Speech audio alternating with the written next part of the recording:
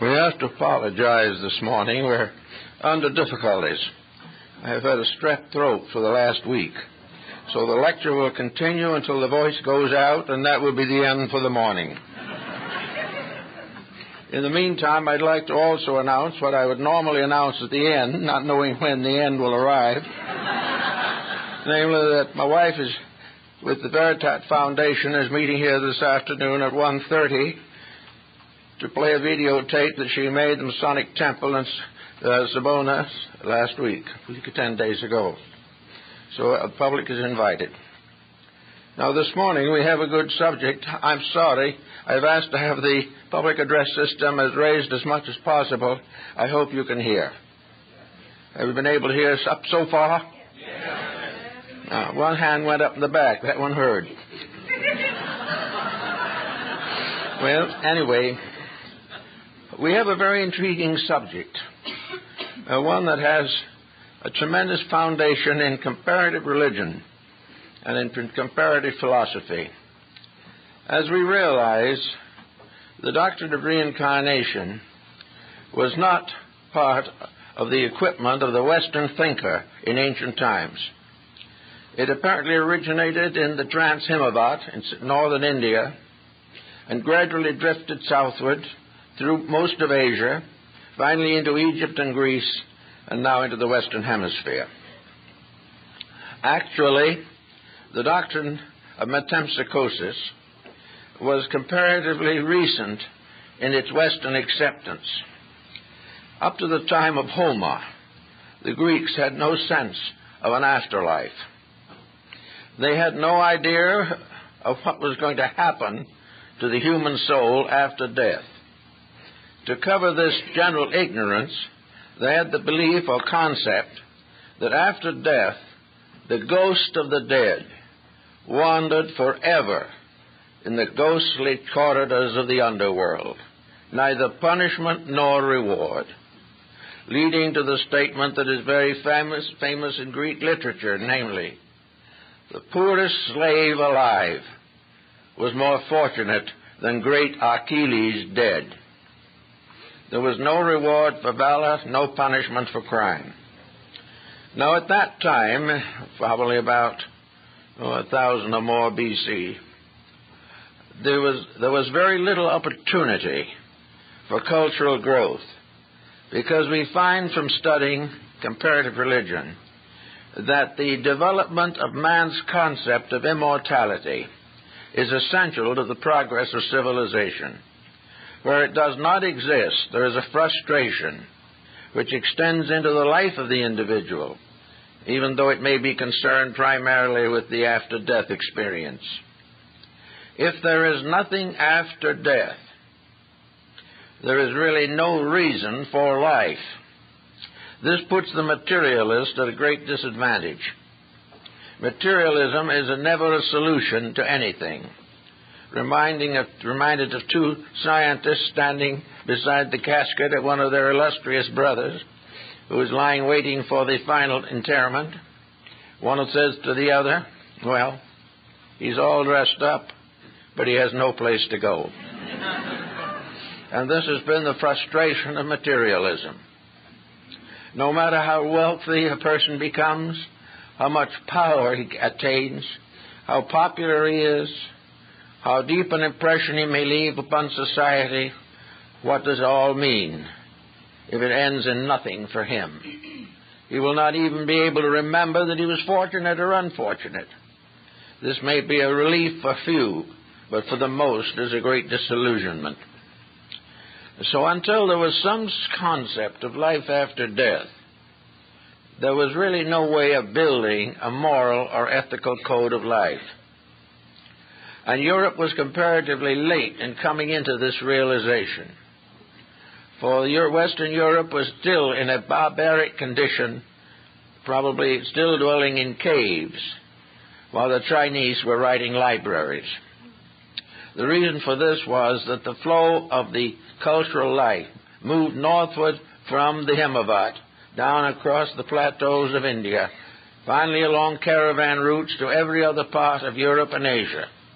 And along the caravan routes with the merchants came the philosophies of the East.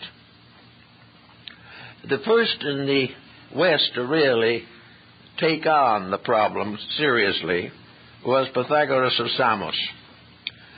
Pythagoras visited India, studied there, and is known in India even now as the Ionian master. He received much of the esoteric lore of India, all that they felt could be imparted to a stranger. And among other ideas that he gained there was this ideal, or this principle, of personal immortality. Now, even in Greece, of course, after this revelation, which came about 600 BC, there was a division of opinion, just as there is here. And for a long time, this difference of opinion was never reconciled.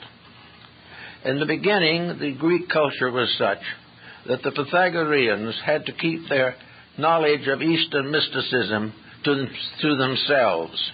They had to form secret assemblies for its perpetuation, for it was contrary then to the prevailing tempo of the time.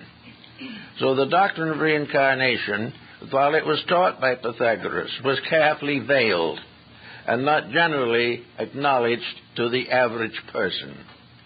At the time of Plato, of course, he places into the mouth of Socrates the concepts that motivated this great Athenian as he drank the hemlock to die in Athens. Socrates was not executed for a crime. He was executed because he refused to pay a small fine by admitting that he was guilty of anything. So he chose death to paying the fine. And while his disciples were gathered about him, he said, "Don't worry too much. I'm really getting the better part of the deal. I, the convicted, am going to leave here very shortly now. But those who convicted me must suffer with material existence for a number of years to come." In other words, Socrates felt that he was out of a bad bargain. At that time also, he said, there is only two possible answers to life after death. He said, either I go to sleep forever, and there is no more Socrates, not even a dream, not a nightmare, not a shadow. I am no more. Or else, I do not go to sleep forever. And when I get to the other side of life, I find myself in another universe. A universe I have sought for years to study here. But actually, one can never know till they get where it is. And the other side, if there is something after death, I may find answers to the great questions I have sought all my life, not only concerning myself, but the common good. Now, this was the way the Greeks took the situation at that time. Now, in Asia, where reincarnation was generally accepted at a much earlier date, we find a careful consideration of the elements involving this doctrine. And as it descended through the Iranian-Aryan migrations, it mingled its own beliefs with a whole group of folklores and folk religions all over the world. And it became a fixture added to something else. A good example of that, of course, is Christianity. Up to a comparatively recent date, Christianity gave no consideration to the possibility of reincarnation. It was contrary to all the beliefs. And then gradually a certain group of people began to make a wedge and inserted this doctrine without taking away any of the essentials of their previous beliefs.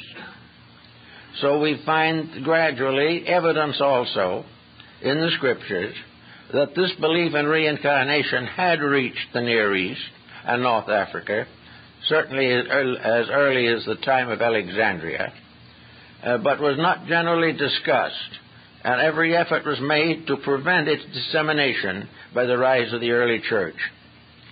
So we had the doctrine held in secret, a doctrine believed by a few, sworn to discretion, for fear of bringing upon themselves a tremendous persecution. Now, why would anyone want to persecute a person for believing in immortality? Well, there are possibilities in many ways, especially the doctrine of reincarnation, because it interfered with the rather simple but inadequate doctrine of heaven and hell. It was no longer a case where the good went to heaven and the bad went to hell. For in this case, it was decided that among human beings, there were very few worthy of either termination.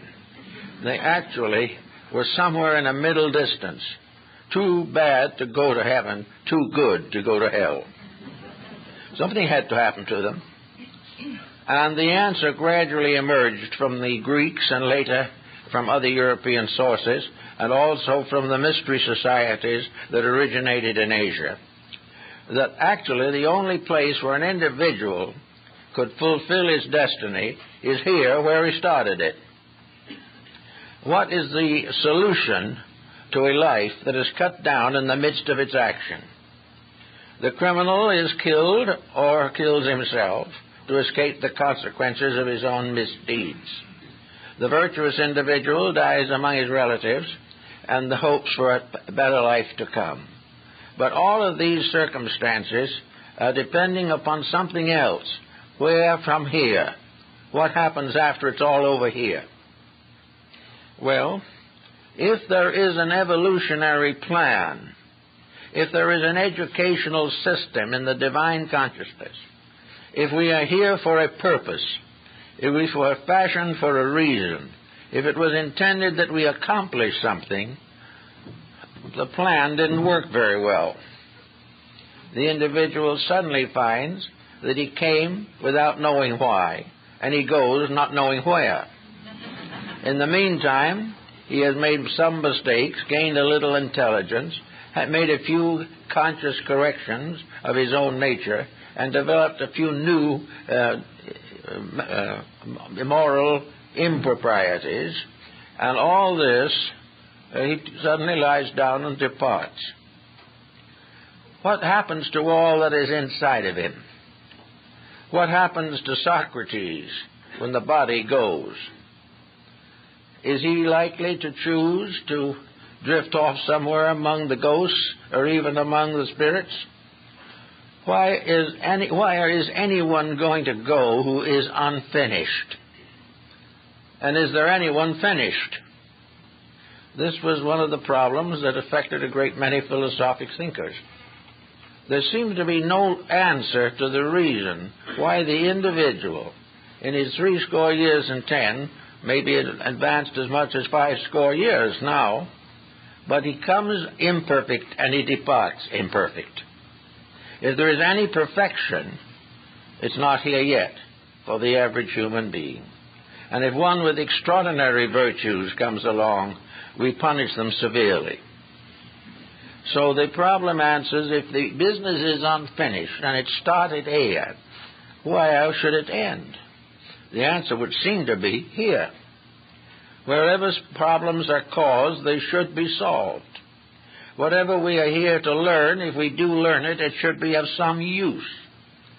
If we become very thoughtful and careful in this life, are we going to sleep with those who never gave life a thought? If we kept careful control of our negative attitudes, what good does it do? The virtuous and the vice-ridden go down to sleep together. And the proved reward is inadequate. You certainly cannot expect an individual to be rewarded merely because he joins a church. He has to be some consequent of incident within himself. He has to earn a better life. And to learn a better life, it would seem, he would have to learn it where he lives. Because we have no proof that he can learn a better life in some place that is not here. Furthermore, if he departs from here, what use is the experience he's had here? If he goes to an entirely different condition, then what does he gain? Why is it all necessary? And little by little, people began to think this through. And out of it came a rather careful consideration of the concept of re-embodiment, of an embodiment of consequences. that karma, operating as the law of compensation, is keeping charge of the individual. We are all in school. And if in school we flunk a course, we have to come back and do it again. And we will generally keep on flunking it until we pass. And this seems to be the way life is built here. We cannot condemn an individual for a single failure. We cannot convict the ignorant for not knowing what the wise know. We cannot convict individuals born in various circumstances beyond our understanding for mistakes that we might not make, but they naturally will make. So out of it all, it seems that the only answer is to come back and finish the business where it started. This being considered reasonable, where do we go to get more information on the subject? Well, probably the best place to go for it is the place it came from, and that is the great stream of tradition that has descended from the mysteries of the past and worked its way across the world for nearly 1 million years. A tremendous concept of existence. Now, this main stream, of course, had to mingle with all the local folklore, folk religions, local beliefs, the magic and taboos of primitive peoples, the speculations of sophisticates. All these had to be included among those who needed this doctrine. And so the processes of filtrating it into the life of modern man has been, for the most part, benevolent and successful. So it comes to the more immediate moral consequence. The individual today, we all know, is a compound creature. He consists not only of a body, but of a mind, a soul, a consciousness, a spirit. There is something inside of him that is more than the body. Now, when that something inside of the individual departs therefrom, we have no reason to assume that life dies because the body does. We know that there are various circumstances that moderate bodily survival. In this material world, the pressures of circumstance, especially from the outside, or reactions to circumstances from the inside, make it virtually impossible for the physical body to endure indefinitely. It is worn out by the frictions of physical relationships. It is worn out by the pressures of wars, disasters, plagues, poverty, crime. The whole material world gradually wears out, but for the individual. But there is no reason to assume that the life in the individual dies with the body. If the life dies with the body, we have a total zero for everything. There is nothing more, nothing less. Whatever we did learn is meaningless. Whatever we should have learned is meaningless. And there is no chance to improve the situation. But with the doctrine of reincarnation or rebirth, we discover or decide that the human being divides essentially in two parts. That part which is mortal and that part which is immortal. The immortal part is vested in a mortal fabric, but this vesting can be separated. It is quite possible for the immortal part to survive the disintegration of mortality. Of course, there is a little comfort in some of the things that we find in records of history. We know there are cases in which apparently a person has totally died, and after several days or several weeks has come back to life. And nearly always the story is the same. What happened to them was completely different from anything in their material existence. But that part of the story is very much the like everywhere. Of course, you can bring against this the argument that as long as there was capacity to come back, death was not total. This problem has, of course, interested and influenced a great many thinkers in this particular field of research. But for all intent and practical purposes, we choose to believe that the divine part in us, which was derived from God, is not mortal and therefore cannot die. If there is an immortal part, it must either survive or it must return to the God from which it came.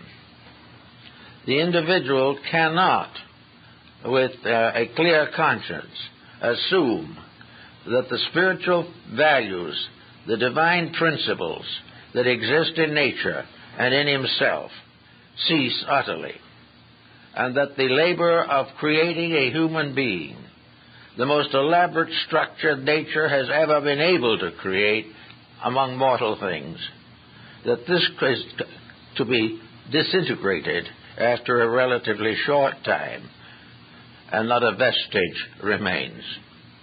It seems therefore wiser to assume, as it has been assumed in Asia and in Egypt and in many parts of Europe, that there are two bodies also. And in this we come very close to the philosophy of Emerson and Thoreau. Emerson was quite aware of the fact that there has to be two kinds of bodies. One is a body of mortality. That is the body that goes with death. It includes the physical nervous system, the vital body, certain parts of the emotional nature, and the lower mind. When this is stripped off, however, the reality is not affected in any way. With the death of the body, the reality in man never dies. That which survives, then, retires into a subjective state. Now, the condition of this subjective state and its locale these have been considered in many ways by different people. The tendency, however, today is to believe that survival is by the individual retiring into the eternal part of himself, from which he cannot die. Therefore, instead of thinking of him primarily as going someplace outside, thinking of having another stellar summerland where he can drift around while he is out of the body, the wisest of thinkers in these directions assume that he retires into himself. And as he retires into himself and leaves the body behind, he finds that he is retiring into something infinitely greater than the body that he left behind. That here within himself are all the principles, all the causes, all the elements that explain his mortality. Here are the sources of every impulse, every attitude. Here also is a great building plan, a spiritual architecture, by means of which the divine Creator molds the inner life of the individual by a series of sequent embodiments. So if we wish to assume for the moment that we are not going to cause an overflowing of the conditions in the afterlife, we're not going to suddenly find ourselves in a condition that is going to be worse than 47th Street and 5th Avenue in New York. We are not going to be part of an ever-increasing mass of the dead. We are not going to go on forever, increasing the numbers on the other side. Because the other side, as we begin to investigate more deeply, is the inner side. The side that, strangely enough, unfolds into a universe almost as great as space itself. The inner life of the individual is infinitely greater, infinitely more important than the physical life. But in this inner life, there are experience problems. The inner life is growing through the outer. It is growing in the sense it is transforming potentials into potencies. It is transforming the ideas of reality into the exact acts of reality. Therefore, Lord Bacon summarized this process as one of the four great keys. In other words, experience. Experience is the proof of all things. Experience in science is called experiment, and in man's inner life it is called growth. So man, in his search for realities, retiring into his own nature, discovers to his amazement that he is the captain of his own soul. He has the power to make the decisions that are important. He has debts to pay that he must pay. He has new plans to make that he will make. He is searching for greater understanding of the realities of things, an understanding that for a time at least he must gain through contact with material existence. So to the ancient people, re-embodiment was a continuation of a process of schooling. It was the individual gradually coming to master the manifestations of his own nature.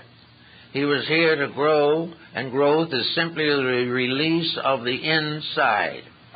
Growth is not the result of eating more. Growth is the result of becoming more through the development of inner life. And spiritual integrities and many symbols represent the wonderful elixir of life, the universal medicine, by which finally all the restrictions, limitations, and imperfections of human nature are reconciled. So if we are the master of our own soul, and if we are not, who is responsible for us? Are we to assume that God is responsible for our mistakes? Are we to assume that we were born imperfect by a divine edict? Do we wish to assume that there is no guidance to prevent us from going wrong whenever weakness of temperament steps in? The answer is no. It is much more complicated than that, and yet infinitely simple. The whole problem is to become gradually, happily adjusted to the inner life. The individual must gradually know that the sole purpose is the soul, and that in this realization he gradually enters into communion with the greatest part of his self. So having this thought in the base of his mind, he begins to recognize that it may be covered by various veils for a long time. But whatever it is and wherever it is, it will be always the gradual release of the inner through the outer. If this release is too fast, it will destroy the outer. A great many people trying to do metaphysical exercises for development develop rates of vibration that destroy their lives, giving them sickness and mental and emotional imbalance. You have to grow naturally. Growth is something that physically is a biological process, and metaphysically is a psychological process. But it is something that has to develop quietly, and it is something that has to be supported by a greater and greater insight and understanding of the circumstances involved in the life pattern of every living thing. If the inner life grows naturally, it means that the person is developing the integrities that will make possible the release of the inner life. Now, these integrities are covered by such disciplines as the Ten Commandments, or the 8 Commandments of Buddhism for temporal persons, or for the words of Christ, or for the teachings of Muhammad. All of these teachings of a moral and ethical nature are intended to enrich the individual's realization of universal truths. If he keeps the Ten Commandments, the lower part of his life becomes purified, redeemed, and regenerated. The more perfectly he lives here, the more he keeps the rules, the more the soul inside is able to move outward. Therefore, moral integrities have as their basis the conduct of the individual, and as their consequences, the release of the inner life. Now, if the release of the inner life starts fairly well, we know that in the midst of it we're going to be cut down. War comes, pestilences hit us, earthquakes destroy things, famines, all these things, and wherever else fails, disease and sickness move in. There seems to be no way to perpetuate the body beyond a certain point. The actual fact seems to be, at least, that when the inner life realizes that the inner life's needs are no longer possible to the body, then the inner life begins to retire from the body. When this is in a normal and natural way, it is not a great disaster. But to those who have not produced or not understood or have not an inner life to strengthen them. All things that are unpleasant are disasters. So after having come to this point, we will say for the moment that a soul, a being, has gone into the other life and is more or less faced by the intricate machinery of its own morality. The individual begins to understand the relationship between a divine reality and a human unreality. The entity begins to realize a little bit of why it was born in the body it has just left behind. It was born because of unfinished business. It was born because it has not outgrown the restrictions which are imposed upon mortal creatures. Therefore, in a period when gradually the lower vehicles of embodiment are dispensed, gradually, little by little, the vital body is returned to the vital fountains of life. The emotional body returns to the emotional realms, from which the substance of which all such bodies are fashioned.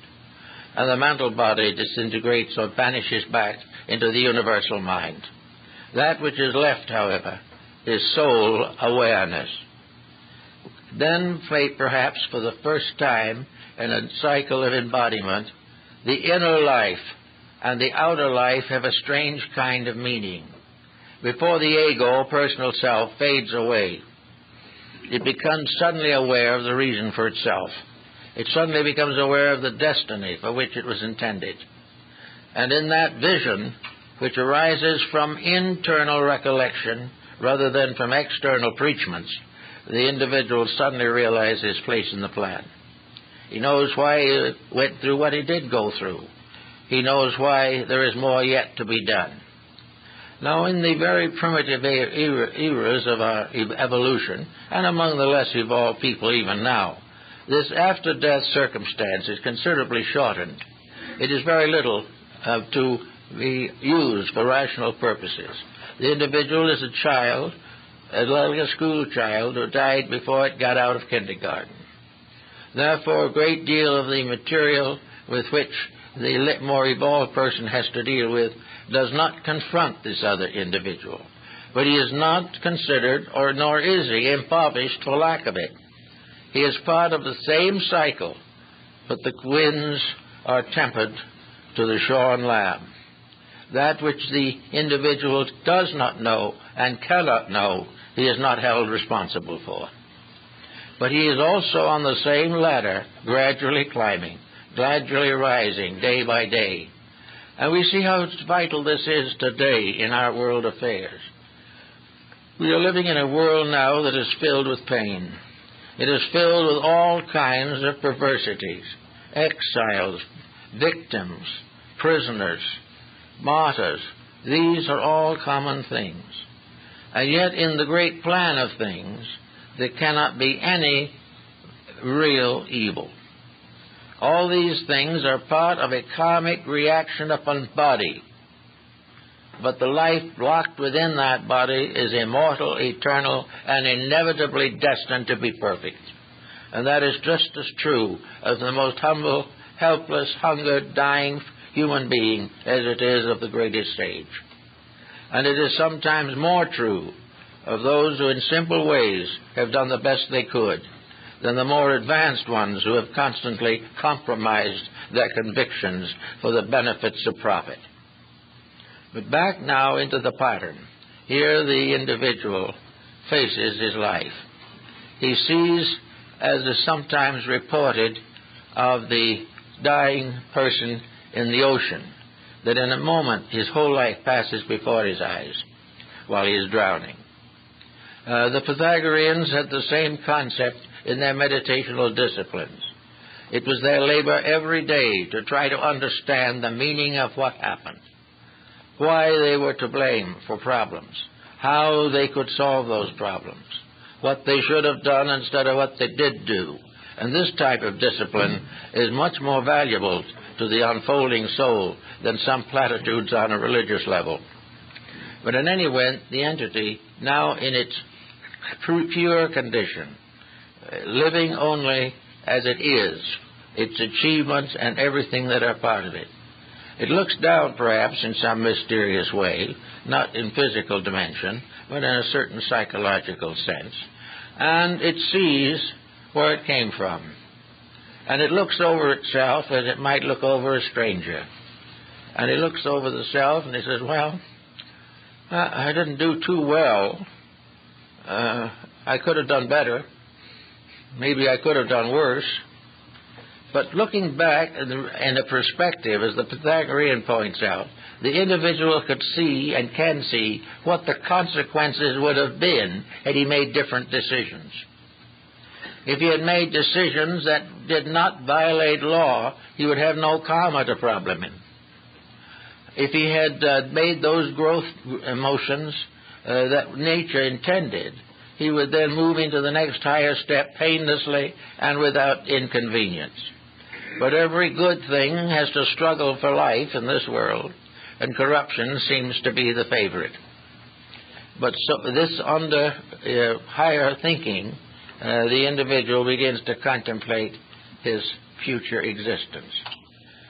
So, according to the old teachings, the little souls do not contemplate. They take what comes next, because it is the only thing they can do. But there is nothing that happens to them next that is dangerous to their ultimate growth. It is that they have not yet awakened to the degree where they may make certain decisions for themselves. But as life evolves, as people grow, as the intensities of effort get greater, we find many divisions and levels of human beings. We find many who try very hard to do what is right. Some make mistakes. We also find many people who start out in life with noble purposes, but some old karma catches up with them and gives them a world of trouble. All around we see this process of growing, which is, of course, a divine institution, for we are all in the school of the Holy Spirit. And having come to certain decisions, and having achieved at certain levels, and having advanced certain special forms of knowledge, as in law, or in medicine, or architecture, music, all these things, the entity, the subjective part of the individual that did not die with the body, begins to realize that there are things that it needs to do. And it needs to do them to take care of old business, and it needs to do them to advance new business that is appropriate and necessary. Gradually, the entity itself becomes aware of its own place in the law of rebirth and karma. And having attained to this degree, there is an increasing privilege of the entity, or the soul itself, to employ its own energies to help this being to select a proper destiny. So if the individual has a bad karmic lesson, he might be an individual who avoided the karma from this, or perhaps died and affected this release and thought it was over. But it wasn't. It's never over till the debt is paid. But he looks and he says, well, that looks like it's a little unfinished business that is going to hold me back. That will always be there till I solve it. I had a grudge against Jones. I'll always have that grudge until I stop grudging. He also says, I always work too hard for profit and not enough for principle. It's about time to take these changes. Another says, I was selfish. I sacrificed the love of my family to some gain for myself. I owe my family a debt. And little by little, the entity can choose, and often does choose, at least part of the burden it is going to carry the next time it comes. Now, when it gets back in the body and faces what it chose, it may not be very happy about it. It is already no longer clear. It no longer sees everything. It is all covered and murky now, and there's nothing but an unpleasant situation. Now, again, that situation may be too much. The individual may not be able to face it, so he evades it again. But even if he evades it 99 times, he will ultimately have to pay it. On the other hand, he will begin to learn that the things he does well have a great importance. We must realize in karma that it is not all punishment. It is consequence. It is reward. It is that which is the natural result of things done. A great deal of karma is very beautiful. We all have wonderful experiences which are the result of having earned them. Salvation must be earned. The Arabian Night says happiness must be earned. In everything in life, the good must be earned. And we are always earning. But if we earn good, we are happy. If we earn evil, we are punished. But in every case, the earning is equal by what is earned. So if we have the right to say, we can say, well, I did pretty well in that last life, and looking back over half a dozen more, I did fairly well. Well, I was respectable. But there were things that I never could see straight. And one of these, and they all caused me to break up my home without realizing what I was doing. I thought I was right. But from this larger perspective, I see that I wasn't right. Well, I guess I'd better put another home on my list and try this time to do it right. So those who have reached a certain degree of growth have the privilege of a certain amount of selection in the things which they're going to do next.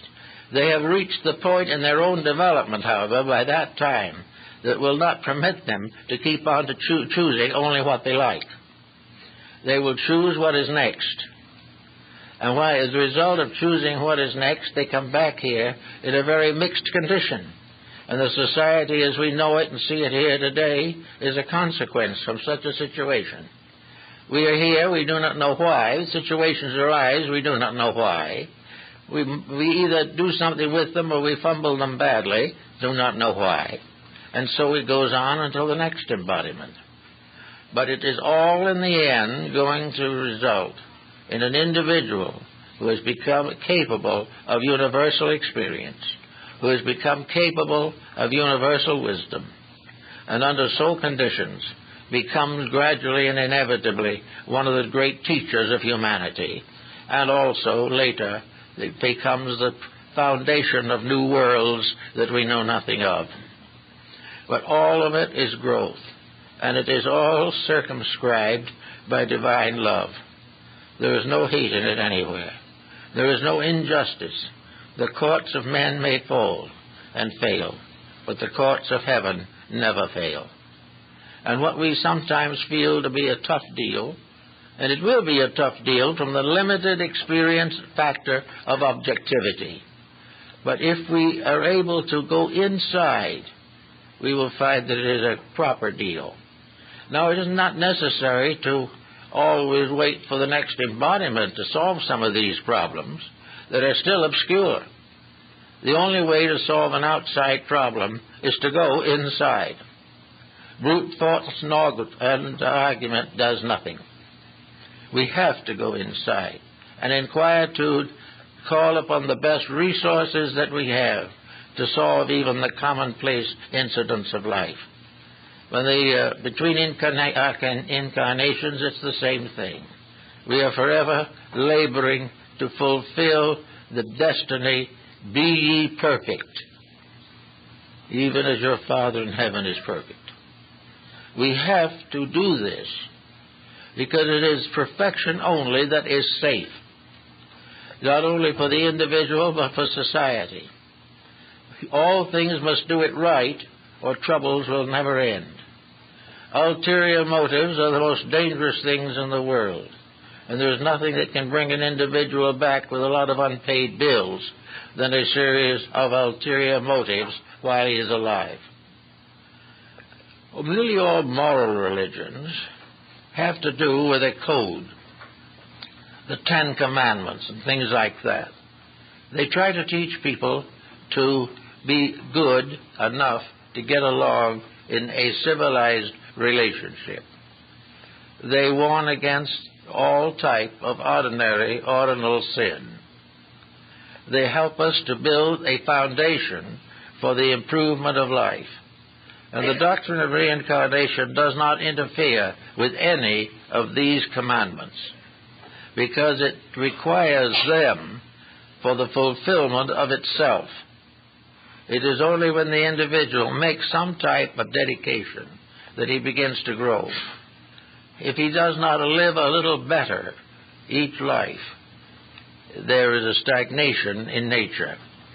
Actually, however, he can't be stagnate very long, because in those intervals between embodiments, the message comes through loud and clear. He has to face it. And out of having facing it, he becomes a step further along the path of his own immortality. Now, some also have asked how long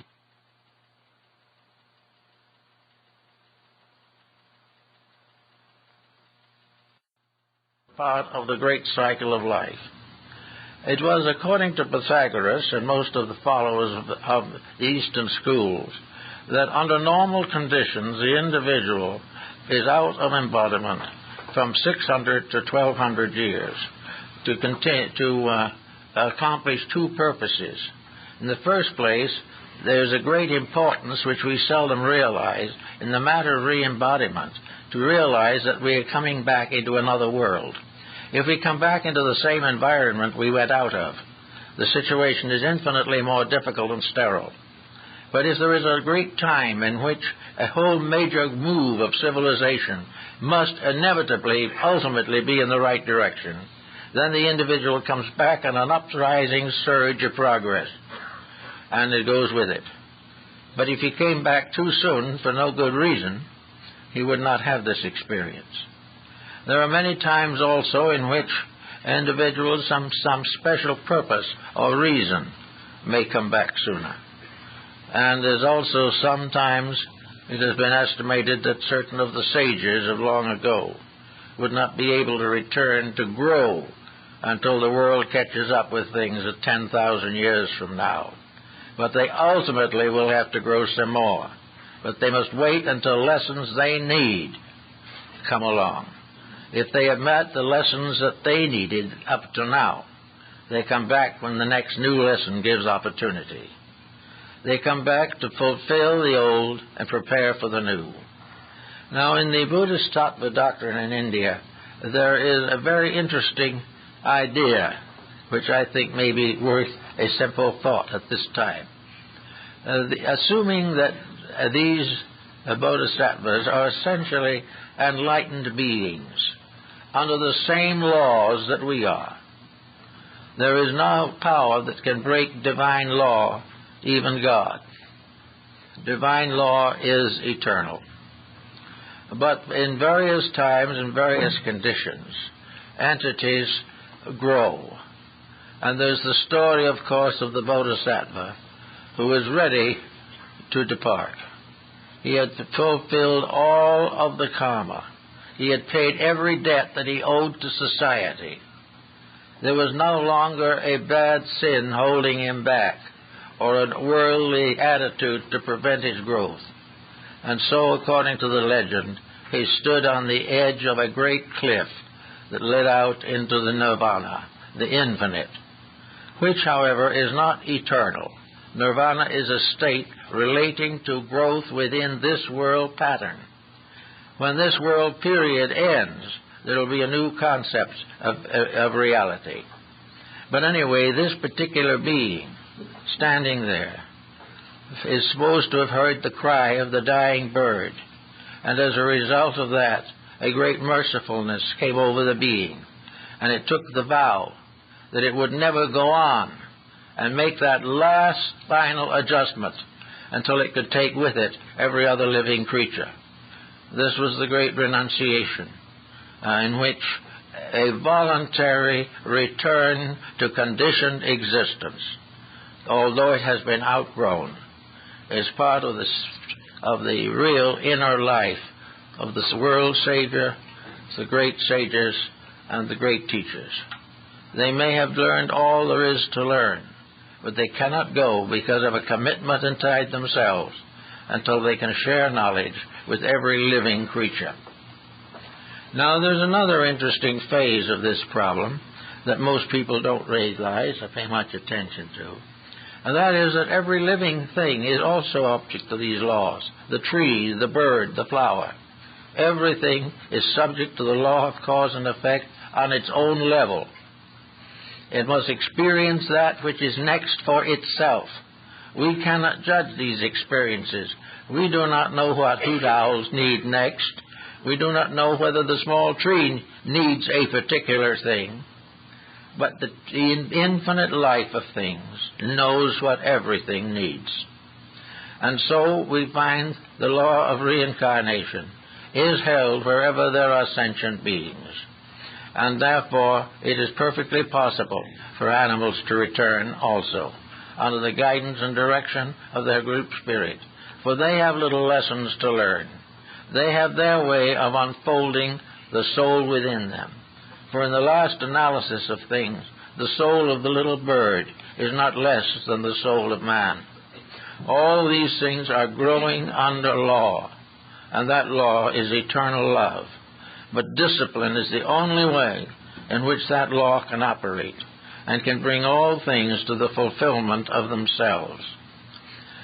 I don't think there is any virtue whatsoever in the individual trying to prepare in this world for reincarnation in the next. What he should do is not try to build a dream or a hope or meditate on or listen to something about a better future. We have to face two simple facts. The good future depends upon a good past. It depends upon solving the causes of a bad future. We know in ordinary court that dishonesty is usually punished, but we always hope that moral dishonesty won't be noticed. We also sometimes take refuge in atheism, which of course is the very, very large problem of destroying everything in order to get rid of our own limitations. Whereas it is perfectly possible for us to grow and unfold and perfect all of these things. And so all creatures have this particular propensity. They come back, they learn their own curious little lessons.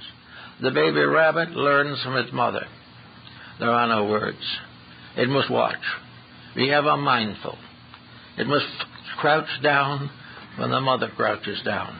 It must hop behind a bush when she does. These are the laws of survival in that world. But it is learning. And everything that lives is learning. It is learning to love, it's learning to fear. But gradually all this learning results in the evolution of these creatures until they become much more and much greater beings than they were before. Now we might also take a moment to consider something. What about the end of all of this? We've decided that we are able to gradually come into complete adjustment with that part of ourselves which comes down into embodiment, the incarnating ego.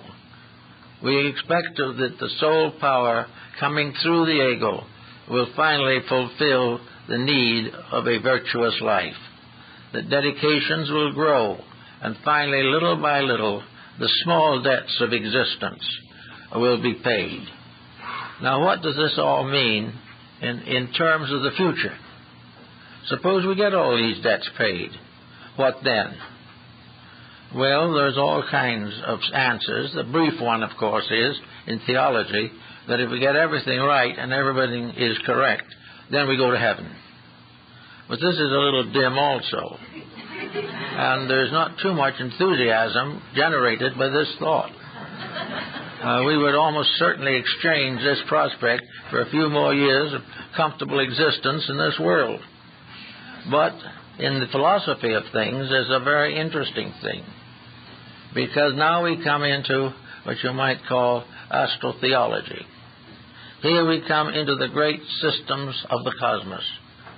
The systems in which the whole universe and hundreds of other universes and great galaxies and solar systems and all kinds of phenomena in the universe which we cannot see. but which was intuitively believed by some of the earlier scientists, such as Pythagoras and Ptolemy of Alexandria.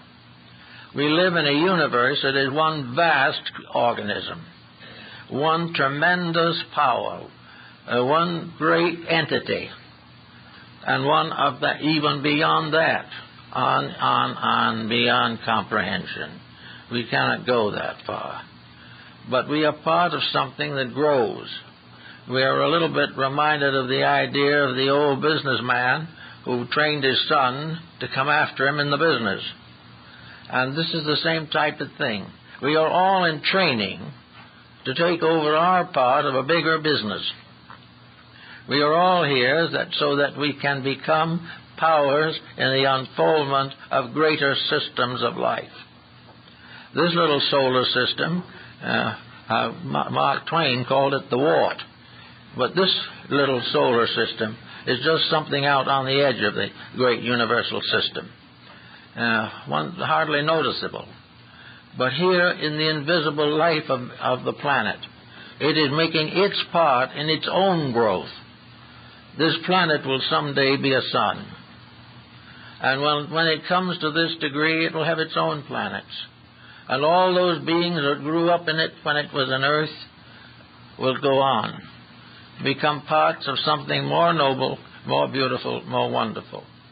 But there will always be learning, there will always be living, and there will always be loving.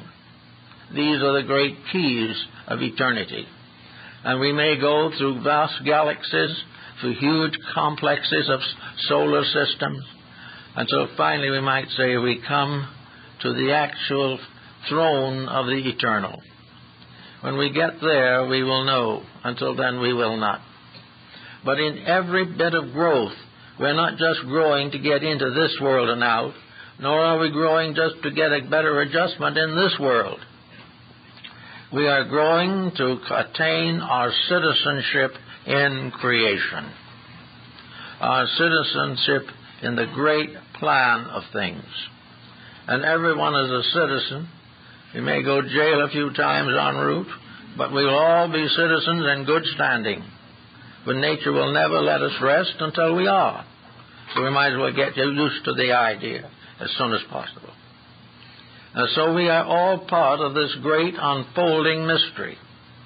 And according to the Oriental thinkers, someday each of us will be a solar system, or more. We are now.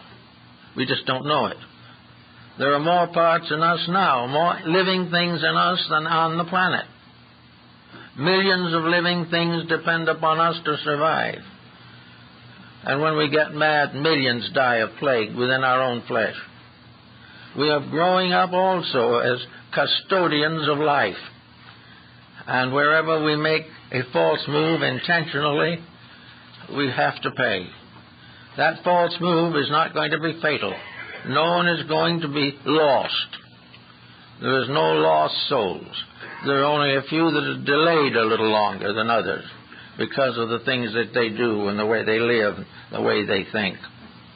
But in the end, somewhere beyond is a tremendous blast of glory.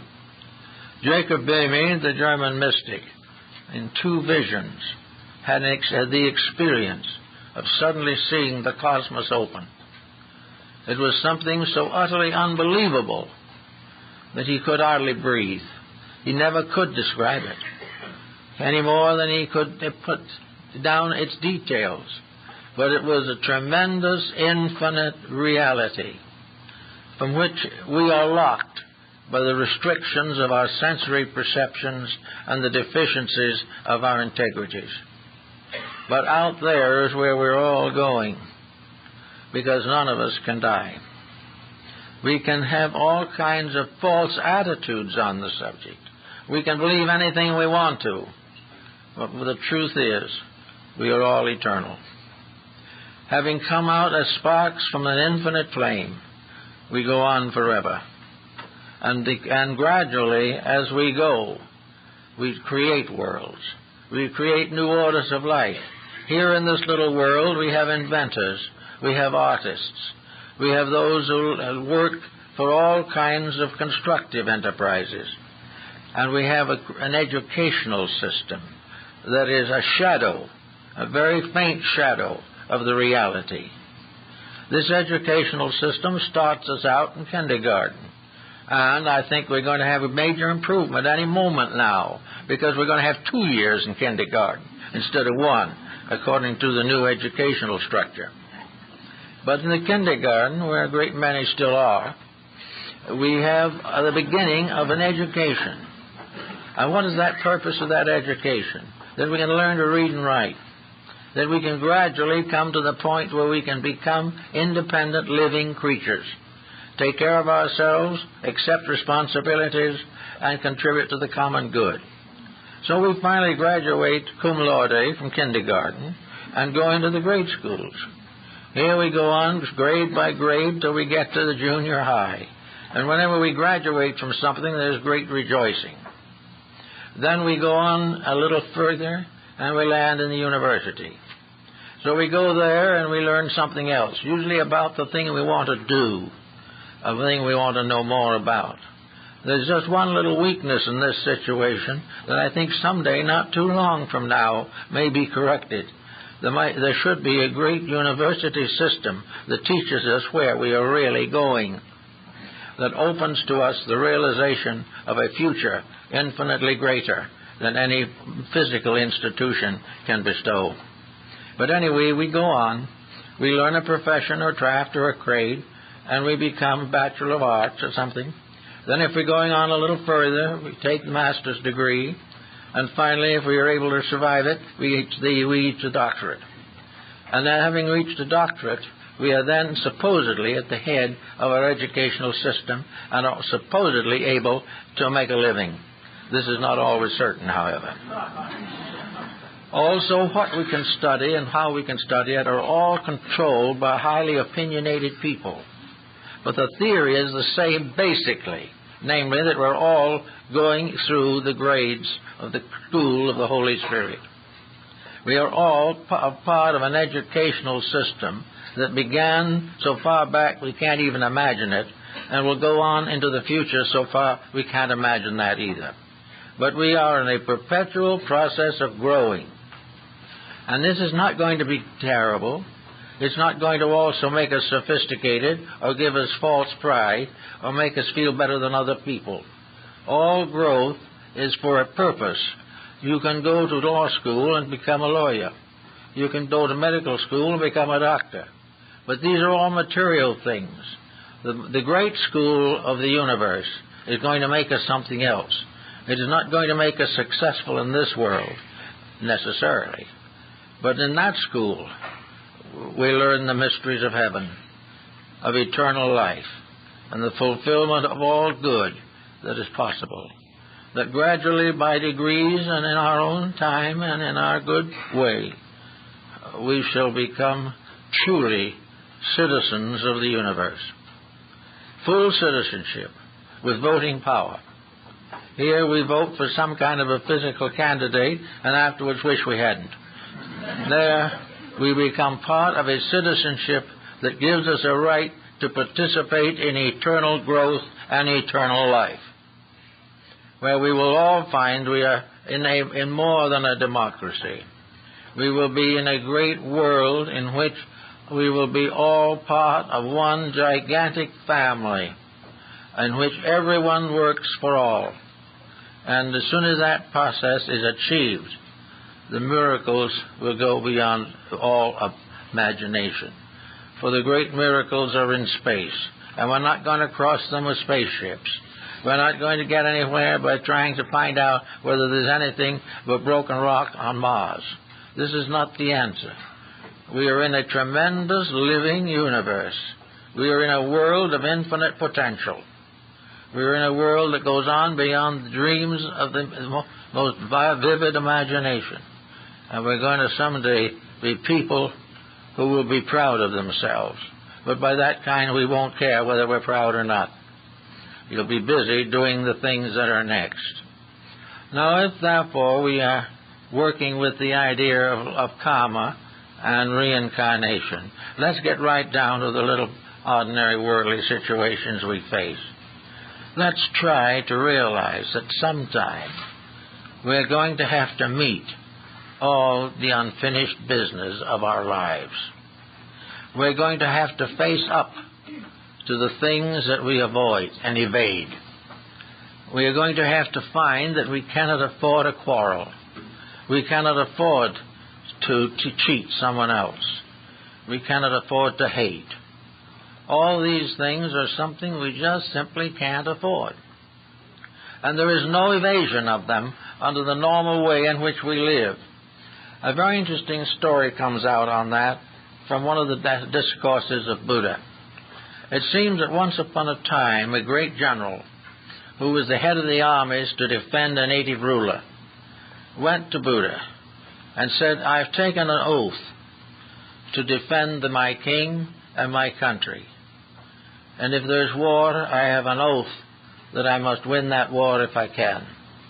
And yet you tell me that I must not kill. What is the answer?" The Buddha looked at him for a couple of minutes. He said, "You swore the allegiance to your king. When you did that, you did not realize that you were taking on karma. If it is necessary for you to keep your rule, and there's war, and you kill, then you must pay that debt in the future. It is part of the obligation you take when you accept the leadership of his armies. The fact that you win the war is not the answer. Any destructive act for any reason has to be paid. But if you do it because you are dedicated to a principle or to a person, then you must realize that you have that as a karma. In other words, you cannot serve this other person without paying for that service if it demands misdeed. That's a pretty strict rule, but it is part of the way we all have to look at these things one of these days. So we have to work in our way. Pythagoras started it with the disciplines. The discipline of retrospection. The individual sitting down and living his day when night comes, rather than waiting to live it after death. If we can put our books in order before we go, we don't have to struggle with them afterwards. But they must be put in order. And the only way in which we can add to our growth in good karma is that we have paid off that which is debt. Karma cannot be subsidized or changed, but it can be gradually prevented if we find out the things which it would teach us otherwise. If we are angry and continue to allow the body to be afflicted by various ailments, high blood pressure, etc., arising from anger, we must face it. If we decide to go in for narcotics and we kill ourselves that way, we have to face it. All these things that we do must be ultimately worked out. And the things that we do one by one, we must work out, every one. So if we can, by some good measure, limit the negative factors of our daily living, then we have an opportunity to give added emphasis, growth, and release to the good parts by which our growth is assured. We can grow directly by doing it right, rather than grow indirectly by doing it wrong and learning the lesson. In other words, we are able to do many things every day to help us to meet the challenge of transition. If we do this, we find gradually that our condition is markedly improved.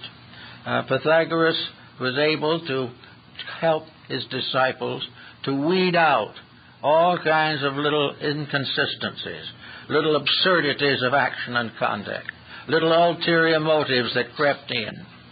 All kinds of weaknesses and failings can be weeded out by retrospection, by the possible use of the rational faculty to learn the lesson without waiting for the punishment to come. If we can do that, we're going to be very much better off than we would otherwise be, because we will be growing every day of our lives.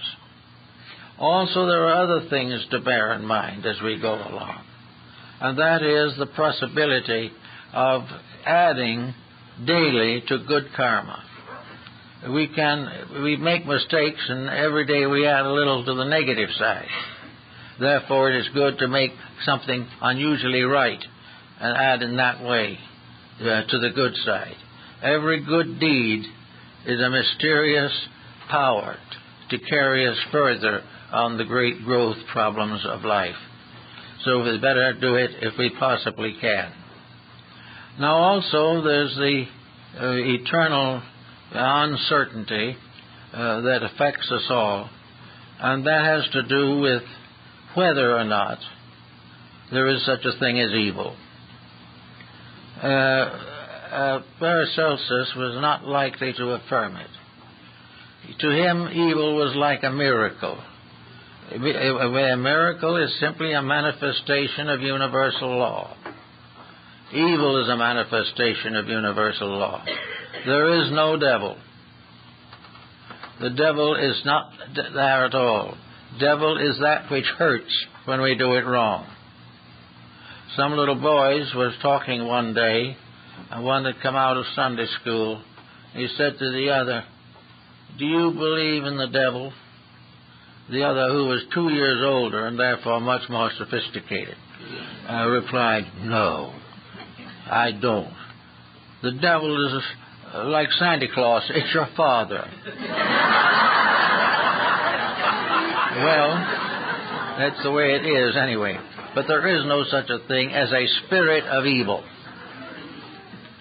Goethe tells us that when he introduces us to Mephisto, part of the power that still works for good while ever scheming ill.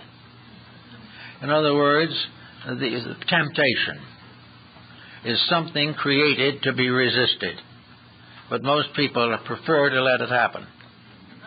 And so we find all kinds of side lights from ancient religions and philosophies trying to dramatize the various phases, and reincarnation hitting different nations at different times in history, and all kinds of folklore and folk legendary takes on a variety of colorings, but an essential principle that is always the same. It is that part of the great journey.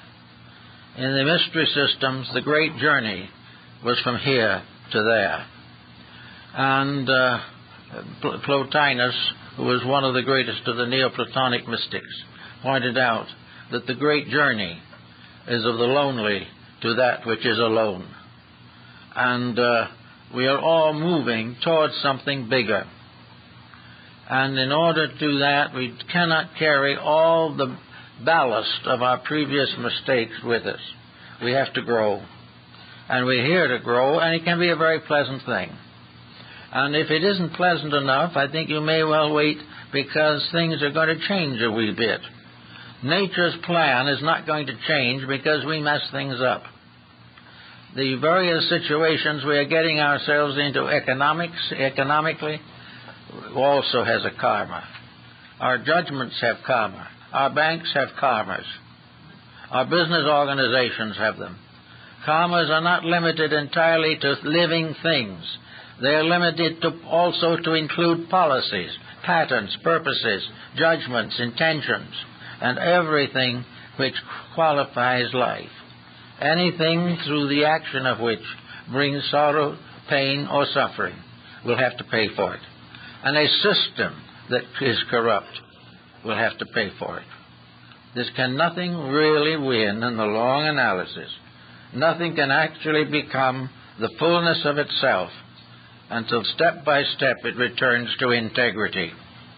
And this is the integrity we all must have. So reincarnation can apply to almost any situation that arises. Wherever there is intemperance, there is retribution. Wherever there is unfortunate policy, there is consequence. All the wars and dissensions and problems of today are karmic and are making more karma. They will have to keep on going through these cycles until we realize that we live in a universe which will never accept from us anything except integrity. Everything else will be penalized. And the longer we delay and the greater the mistakes, the more difficult the penalties will be. But no penalty will destroy us. No penalty can affect the individual who doesn't deserve it. And the penalty itself must be paid, but it will never cost the life. The individual will always win in the long run. But in some cases, we are beginning to realize that the run is too long. So we have to build new governments, new laws, new ways of life, nearer not only to our heart's desire, but nearer to the divine purpose. If we do these things wisely and lovingly, we will realize that rebirth is a great, wonderful possibility. It is the law that makes all things grow to the fulfillment of themselves. And it is also the absolute promise of absolute and ultimate immortality for everything, including the small bug in the sunbeam. It is all part of eternal life, eternally unfolding. And with those thoughts, I think we all can kind of fit into the idea of reincarnation, regardless of our other religious affiliations. Thank you.